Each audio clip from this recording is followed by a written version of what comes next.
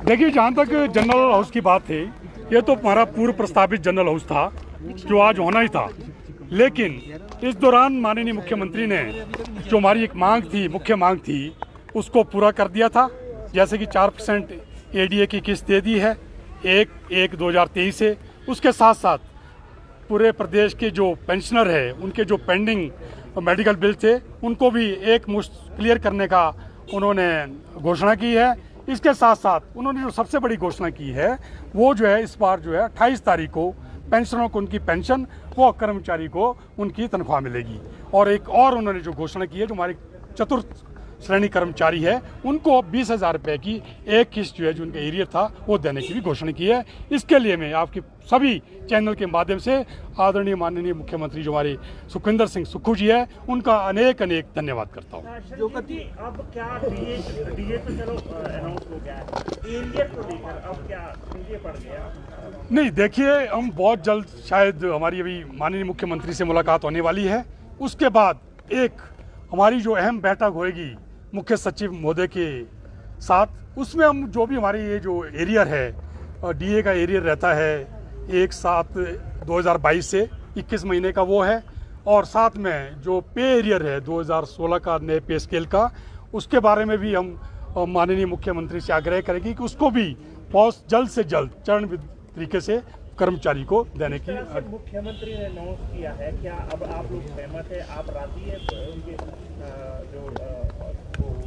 नहीं, जो अभी उन्होंने घोषणाएं की है उससे कर्मचारी काफ़ी हद तक संतुष्ट है। देखिए, जो प्रदेश की आर्थिक स्थिति है, हमें उसको भी देखना है। ये हमारा परिवार है, जो सचिवालय है, हमारी जो पहले जो माननीय मुख्यमंत्री है वो सचिवालय के मुखिया होते हैं, उसके बाद वो प्रदेश के मुखिया होते हैं। तो ठीक है, जो इन्होंने इतनी बड़ी घोषणा की है, 600 करोड़ रुपये प्रदेश के कर्मचारी और पेंशनों को दिए हैं, तो एक बहुत बड़ी बात है।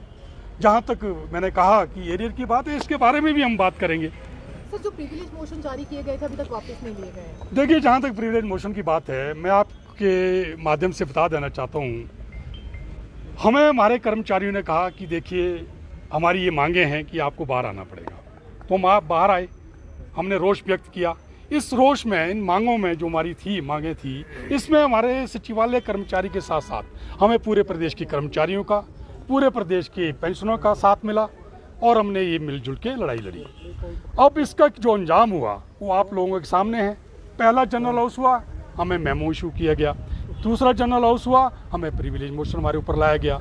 लेकिन मुझे खुशी इस बात की है कि भले ही हमारे ऊपर प्रिविलेज मोशन लाया गया, हमें मेमो इशू किया गया, पता तो चला कि हमारे ऊपर FIR भी हो रही है, लेकिन मुझे खुशी इस बात की है कि मैं सफल हुआ हूँ अपने कर्मचारियों के सहयोग की वजह से, अपने प्रदेश के कर्मचारियों की सहयोग की वजह से, अपने प्रदेश के पेंशनरों की सहयोग की तरफ से, इनके सहयोग की वजह से हम आज सफल हुए हैं। जो माननीय मुख्यमंत्री को जो सैलरी है वो भी 28 को देनी पड़ी, हमें एडीए की किस्त भी देनी पड़ी, हमें एरियर का कुछ हमारे कर्मचारी को अंश भी देना पड़ा।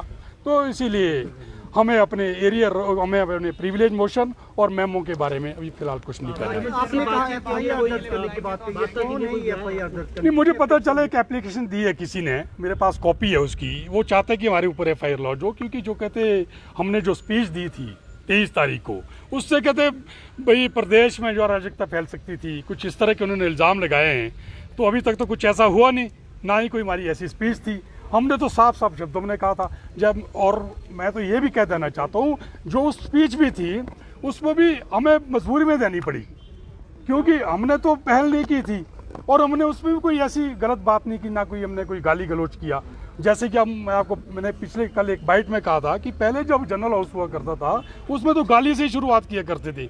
मांटा जी एक हुआ करते थे, सिगार लगाते थे, आप तो मुझे शायद आपको मालूम नहीं होगा, उनके बेटे भी आज रिपोर्टर हैं। इसी तरह से एक बार की बात है कि एक MP साहब थे, मेंबर ऑफ पार्लियामेंट, बहुत वरिष्ठ नेता थे, वो एक बार जो उन्होंने सब्जी मंडी में कोई स्ट्राइक हो रही थी कर्मचारियों की, तो उन्होंने एक स्टेटमेंट दे दी थी कि ये जो स्ट्राइक है ये जो जायज़ नहीं है इनकी स्ट्राइक। लेकिन दूसरे दिन जब वो MP साहब जो ना कर्मचारी को मिले, तो कर्मचारी उनको उठा के ले गए सब्जी मंडी, और सब्जी मंडी में उनको अपने वो शब्द भी वापस लेने पड़े, साथ में कर्मचारी के हित में बात भी करनी पड़ी। लेकिन तब भी इस तरह की चीज़ें नहीं होती थी। अभी हुई है तो ठीक है, मुझे कोई गम नहीं है इसके बाद। मुझे खुशी है कि मैंने अपने कर्मचारी के काम में आया। प्रदेश के कर्मचारी और लाखों जो मेरे पेंशनर है, जो मजबूर थे, जो अपनी आवाज़ नहीं उठा पा रहे थे, मैं आज उनके काम आया, हम लोग उनके काम आए। शर्मा जी ने कहा कि षड्यंत्र बाहरी लोगों ने रचा आंदोलन के लिए।